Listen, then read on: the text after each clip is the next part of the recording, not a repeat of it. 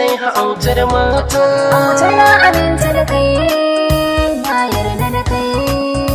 Na yarda da ke Zulaiha ta zo ki aminta da ni. Ba za na bar ki ba auta na ki ne.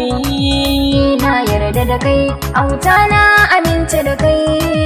Son ka ya zama tsanin shiga da musayi.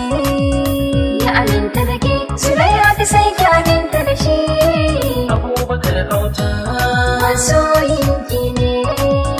Soyayya tsani da zana haunai nuni. A cikin zamani na ga masoya launi, amma ban dace da ganin masu kyau na launi.